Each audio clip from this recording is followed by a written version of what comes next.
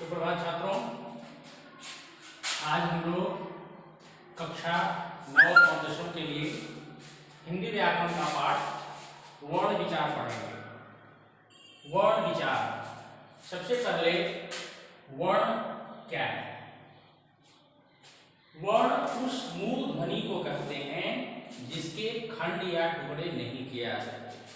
छात्रों, वर्ण जो है किसी भी भाषा की सबसे छोटी इकाई है।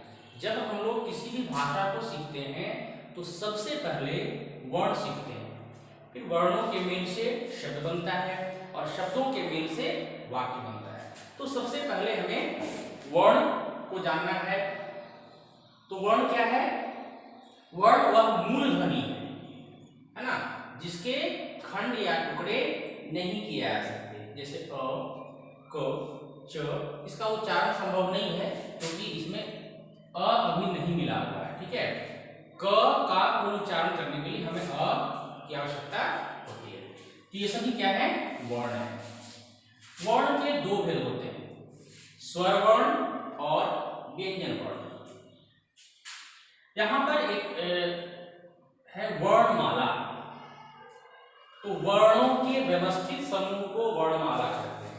जब हम सभी वर्णों को एक क्रम से एक व्यवस्थित रूप में लिखते हैं तब उसे वर्णमाला कहते हैं। जिस तरह से कई फूलों से मिलकर माला बनती है, उसी प्रकार कई वर्णों से मिलकर वर्णमाला बनती है। हिंदी वर्णमाला में 11 स्वर और 33 व्यंजन है।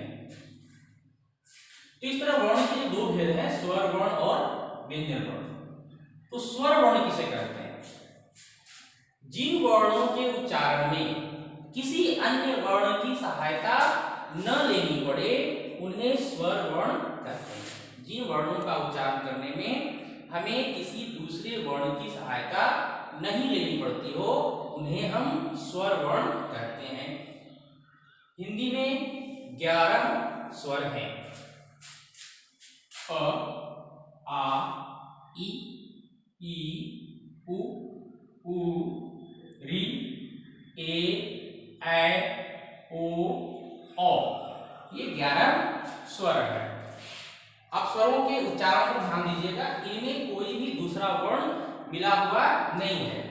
अ, आ, ई, उ, री, ए, ऐ, ओ, औ। ये 11 स्वर वर्ण हैं। इनके उच्चारण में हमें किसी दूसरे वर्ण की मदद नहीं लेनी पड़ती।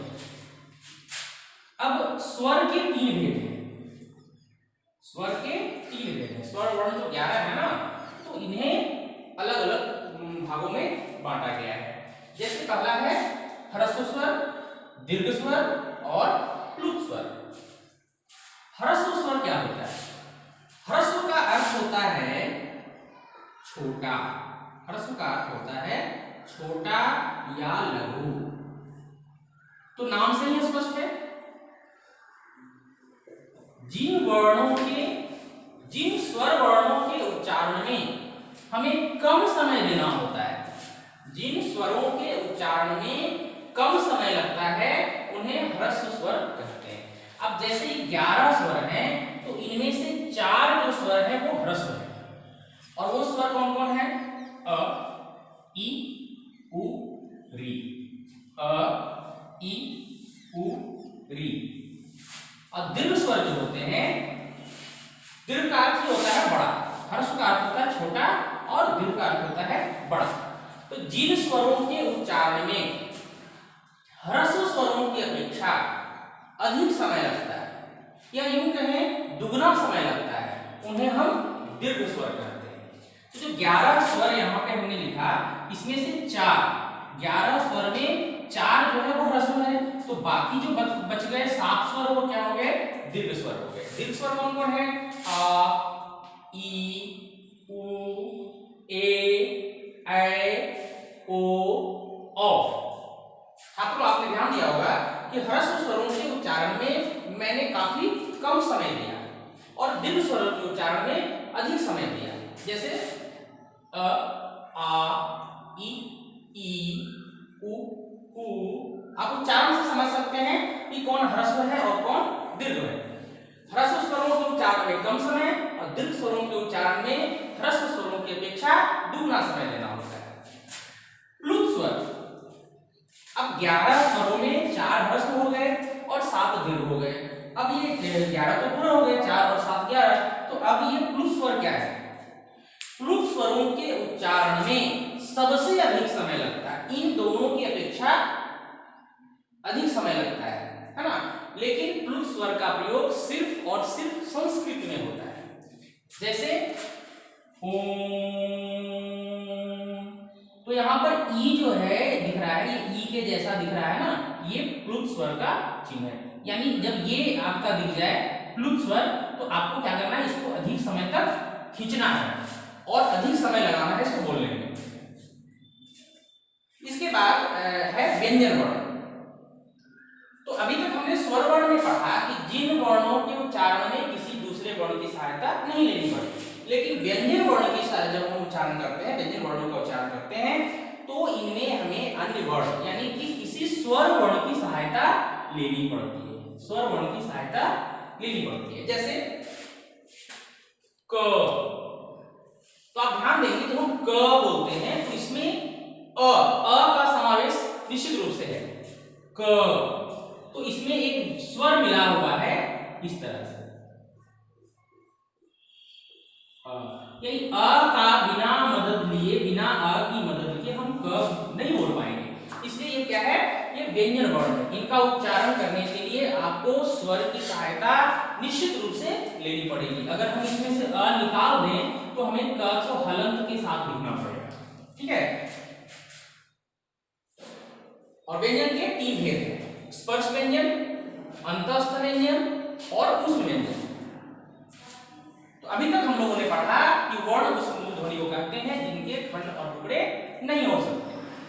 वर्ण के 2 भेद हैं, स्वर वर्ण, व्यंजन वर्ण। स्वर वर्ण जिनके उच्चारण में हमें किसी अन्य वर्ण की सहायता न लेनी पड़े, उन्हें स्वर वर्ण कहते हैं, जिनकी संख्या 11 है। और 11 में 4 आपके स्वर वर्ण हैं और 4 ह्रस्व स्वर हैं और 7 दीर्घ स्वर हैं। ह्रस्व स्वरों के उच्चारण में कम समय लगता है, दीर्घ स्वरों के उच्चारण में ह्रस्व स्वरों की अपेक्षा अधिक समय लगता है। और व्यंजन वर्णों के उच्चारण में हमें किसी न किसी स्वर वर्ण की सहायता अवश्य लेनी पड़ती है। व्यंजन वर्ण के 3 भेद हैं, स्पर्श व्यंजन, अंतस्थ व्यंजन और ऊष्म व्यंजन।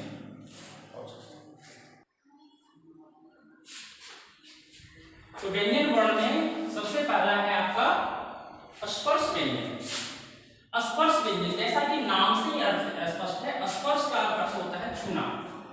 तो जिन वर्णों के उच्चारण में श्वास वायु, जिह्वा, श्वास वायु और जिह्वा मुख के भागों से स्पर्श करती है, तो श्वास वायु है और जिह्वा का अर्थ होता है जीभ, है ना, ये मुख के किसी न किसी भाग से क्या होती है, स्पर्श होती है, तो उन्हें हम स्पर्श व्यंजन कहते हैं। जितने भी स्पर्श व्यंजन देख रहे हैं आप, इनका जब हम उच्चारण करेंगे तो श्वास वायु और जिह्वा मुख के किसी न किसी भाग से स्पर्श करेंगे, इसलिए इसको क्या बोलते हैं, स्पर्श व्यंजन बोलते हैं, जिनकी संख्या 25 है। क से म तक, क से म तक कुल 25 स्पर्श व्यंजन है। क, ख, ग, घ, अंग, च, छ, ज, झ, इय, ट, ठ, ड, ढ, ण, त, थ, द, ध, न, प, फ, ब, भ, म। ये कुल 25 स्पर्श व्यंजन हैं, जिनमें इन 5 वर्णों को क, ख, ग, घ, अंग, इन्हें हम क वर्ग के अंतर्गत रखते हैं। इन 5 वर्णों को मिलाकर के क वर्ग कहा जाता है और इन 5 वर्णों को च वर्ग कहा जाता है। उसी तरह से ट वर्ग, त वर्ग और प वर्ग, इन 25 व्यंजनों को, 25 स्पर्श व्यंजनों को जो है 5 वर्गों में बांटा गया है, क वर्ग, च वर्ग, ट वर्ग, त वर्ग और प वर्ग। और स्पर्श व्यंजन के बाद दूसरा है आपका अंतस्थ व्यंजन।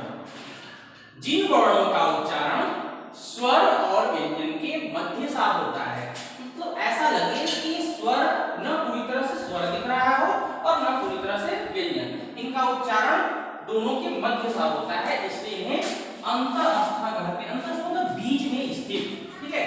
अंतःस्था का अर्थ हुआ बीच में स्थित, ये स्वर और व्यंजन के बीच में मध्य में स्थित है, इसलिए इन्हें अंतःस्था व्यंजन के नाम से जाना जाता है। और इनकी संख्या 4 है, वो है य, र, ल, व। ये चारों वर्ण जो है, चारों व्यंजन वर्ण जो है अंतःस्था व्यंजन कहलाता है। इसके बाद है ऊष्म व्यंजन। जिन व्यंजनों के उच्चारण में वायु मुख से रगड़ खाकर ऊष्मा उत्पन्न करती हो, ने ऊष्म व्यंजन। ऊष्म का अर्थ होता है गर्म, ठीक है। तो जिन व्यंजनों के उच्चारण में वायु मुख से रगड़ खाकर ऊष्मा अर्थात गर्म हवा उत्पन्न करती है, उन्हें हम ऊष्म व्यंजन कहते हैं। इनकी संख्या भी 4 है। वो है श, स, ह। उच्चारण पर फिर से ध्यान दीजिएगा, श, स, ह। बहुत सारे बच्चों को मैंने ऐसे भी एक पढ़ते सुना है, तालव्य श, मूर्धन्य श और दंत्य श। इसलिए ऐसा पढ़ते हैं कि इस श का उच्चारण तालु से होता है, इसलिए इसे हम तालव्य श कहते हैं। इसे मूर्धन्य श और इसे दंत्य श कहते हैं। अगर स्पष्ट उच्चारण करना हो तो श, स, स, श, स, इस तरह से उच्चारण करते हैं। इसके बाद है, ये तो कुल व्यंजन वर्ण हो गए। इसके बाद कभी कभी ऐसा भी होता है कि दो व्यंजन वर्ण आपस में मिले हुए रहते हैं। जब दो व्यंजन आपस में मिले हुए हों तो उन्हें हम संयुक्त व्यंजन कहते हैं। जैसे क्ष, क्ष, क्ष, इसमें क और श मिला हुआ है। क, श मिलके श बने, त, र मिलके त्र बने, ज, य मिलके ज्ञ बने, श, र मिलके श्र बने। तो ये क्या है? संयुक्त व्यंजन है। इनमें दो व्यंजन वर्णों का मेल हुआ है। जब दो व्यंजन वर्ण आपस में मिल जाएं तो क्या कहेंगे उन्हें? संयुक्त वर्ण या संयुक्त व्यंजन वर्ण। इसके बाद है द्वित्व व्यंजन। द्वित्व व्यंजन में क्या होता है? जब एक ही व्यंजन दो बार रिपीट हो, दो बार दोहराया जाए एक ही व्यंजन, जैसे क, क, दोनों व्यंजन वर्ण है, ठीक है, और दोनों को आपस में मिलाया गया है, तो इन्हें हम द्वित्व व्यंजन कहेंगे। आप इनसे वर्ण बना सकते हैं, पक्का, चक्का, है ना। जैसे छप्पर, तो छप्पर में ये जो छप्पर जब हम लिखते हैं ना इस तरह से, तो ये क्या है? ये द्वित्व व्यंजन है ना। जब एक ही व्यंजन को दो बार लिखा जाए, ठीक है, तो उसे हम द्वित्व व्यंजन कहते हैं। तो संयुक्त व्यंजन और द्वित्व व्यंजन में क्या अंतर होता है? इसमें तो अलग अलग व्यंजन होते हैं, लेकिन इसमें एक ही व्यंजन को दो बार लिखा जाता है। इसके बाद एक है आयोगवार। बच्चों, वर्ण से संबंधित जो भी शब्द है, मैं कोशिश कर रहा हूं कि अधिक से अधिक आपको इस वीडियो में मैं बता दूंगा। आयोगवार, अनुस्वार और विसर्ग को आयोगवार कहते हैं। अनुस्वार जैसे चंदा,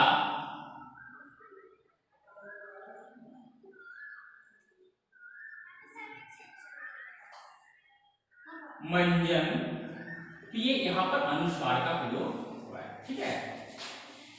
विसर्ग, विसर्ग का उच्चारण ह की तरह होता है, ध्यान दीजिए। विसर्ग का उच्चारण ह की तरह होता है। जैसे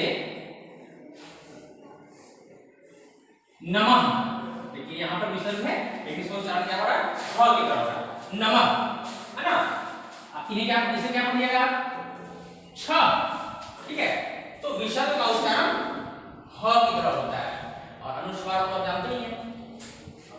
ये दोनों आगत वर्ण हैं, आगत वर्ण है। ये जो वर्ण है इनका प्रयोग अब हिंदी में होता है। ये है आपका ड़, ढ, ध्यान दीजिएगा। ये क्या है? ड, और ड के नीचे अगर हम बिंदु लगाते हैं तो ये क्या हो गया? ड़, ठीक है। जैसे जैसे एक शब्द बन सकता है सड़क, ये ड़ है ना, और ये ढ के नीचे अगर बिंदु लगा दी जाए तो हो जाएगा ढ, ढ।